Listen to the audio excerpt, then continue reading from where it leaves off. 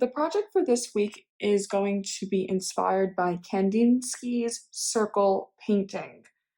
First, what we're going to do is we're going to have our paper horizontal, and I'm going to write my name on the top of the paper, Miss Romeo, and your class code.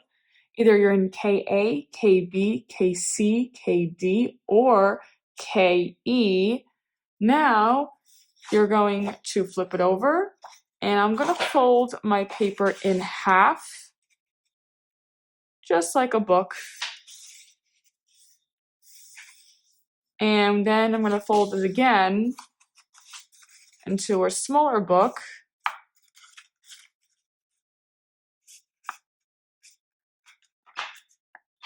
And now I'm going to open the paper. And this is 4 equal parts. Now I'm going to take a ruler and I'm going to draw a line across the page. This is a vertical line. A vertical line goes up and down, and a horizontal line is a cross. So we draw a horizontal line. If you do not have a ruler at home, that is okay. I'm just showing you the lines. Now, I am going to show you different caps. You can use these caps, if you have caps at home, you can use them. I'm going to use a circle stencil instead. And I bought this at a arts and crafts store. Now, I'm just showing you the different sizes. You don't have to use anything at home, you just draw circles. So we're going to draw a big circle for all of the sides. So we have one on the left, one circle on the right, another circle on the bottom,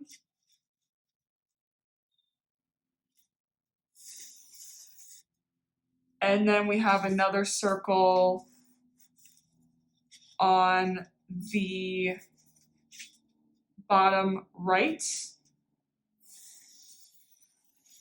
So all of my circles are now drawn. Now I'm going to use a smaller circle, and you're going to draw a smaller circle inside of the big circles. That's 1,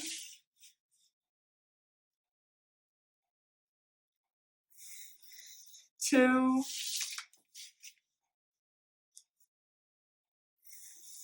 3,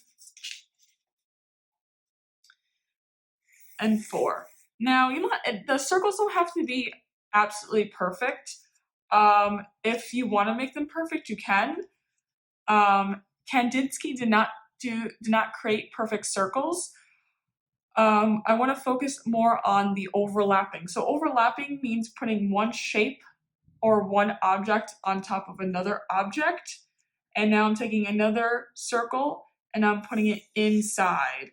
So for your design, it's going to be 3 circles on top of each other. So now you will have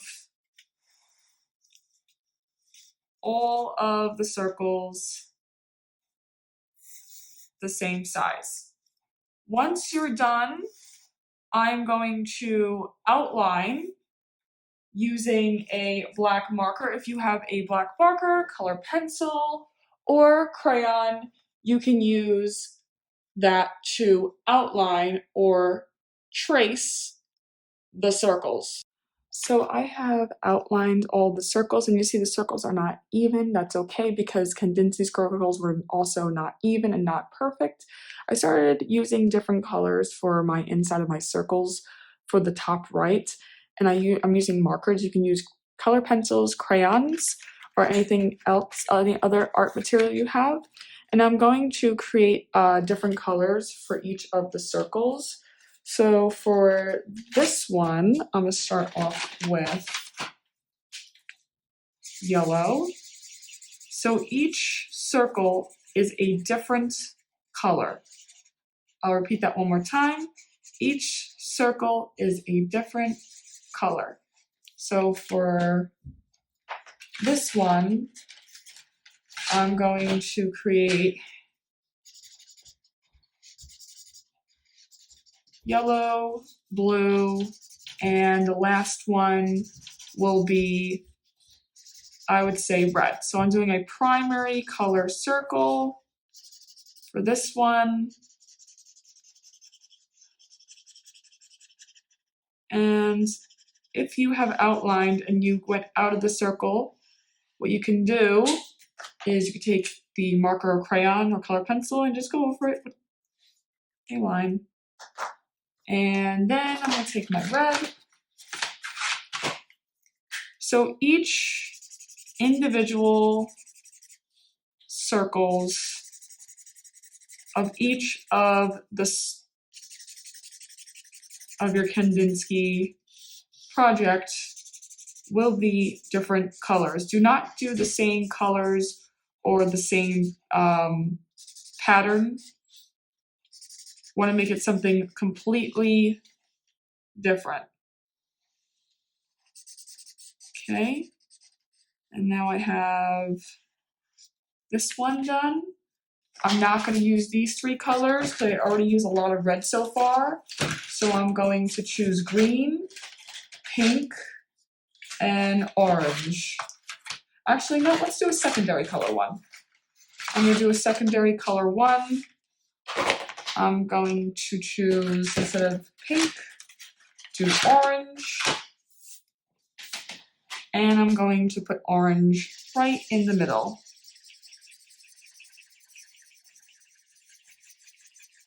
And it's okay if you use the orange on another circle, just as long as it's not the same. We want to mix it up as best as we can. So with this, I'm going to put purple in the middle.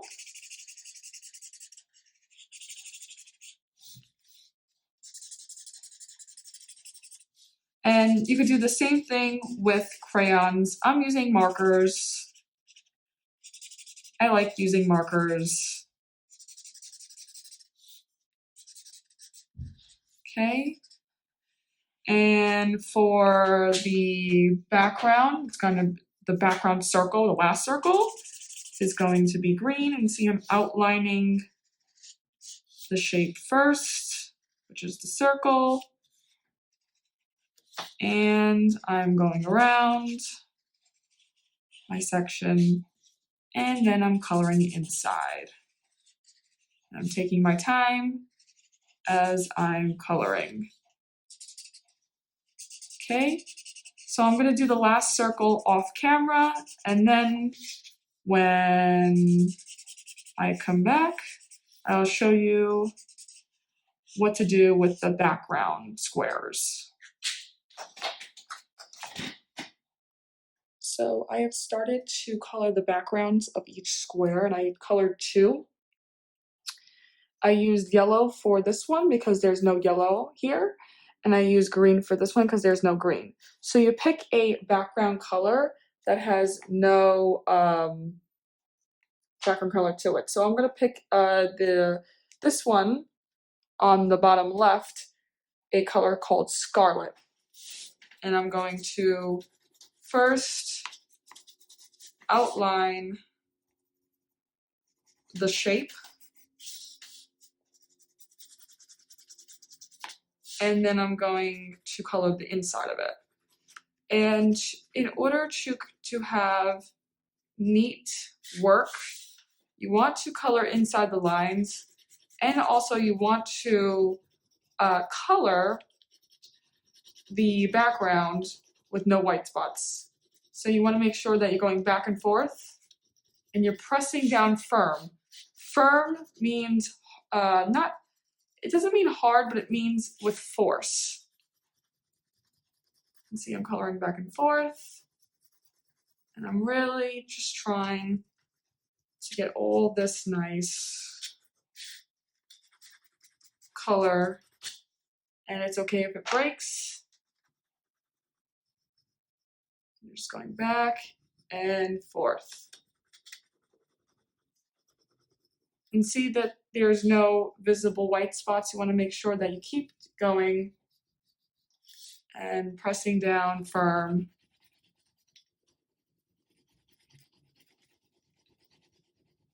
And I'm going to finish this background off camera, and then we will work on the other background together. So now that I finished the three sections, the fourth one is going to be pink. Now, if you don't have colors like that are not basic, so the basic colors are primary and secondary colors. If you just have primary and secondary colors, I'd rather use just that.